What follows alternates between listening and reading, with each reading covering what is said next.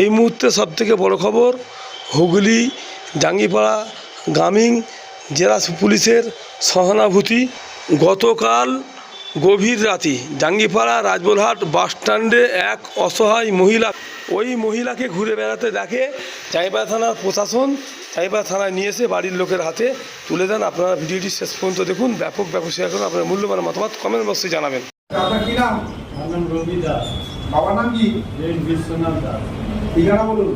ঠিকানা দ্বিতীয় সাইনপুর, পোস্ট শিবপুর, থানা উদানা। আচ্ছা, আপনার এই পাশের গাড়ি আছে, কে হয় আপনার? আমার মেয়ে সুপর্ণা দাস। বয়স কত?